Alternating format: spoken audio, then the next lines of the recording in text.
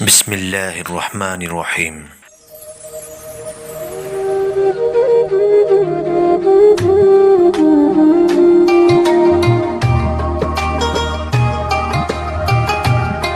سیدنا عبداللہ بن عمر بن عاص رضی اللہ عنہ سے مروی ہے کہ ایک دفعہ ہم رسول اللہ صلی اللہ علیہ وسلم کے ارد گرد بیٹھے ہوئے تھے کہ آپ صلی اللہ علیہ وسلم نے فتنوں کا ذکر کیا۔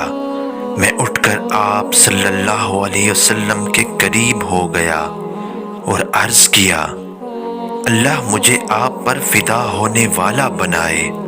میں اگر دور فتن دیکھوں تو ان حالات میں کیا کروں؟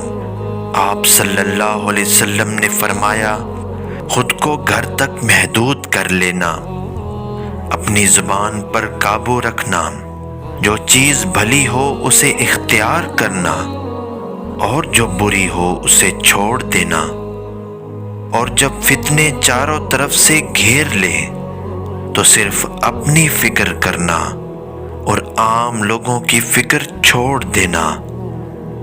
اللہ اس شخص کو خوش رکھے جس نے میری حدیث کو سن کر یاد رکھا اور دوسروں تک پہنچایا۔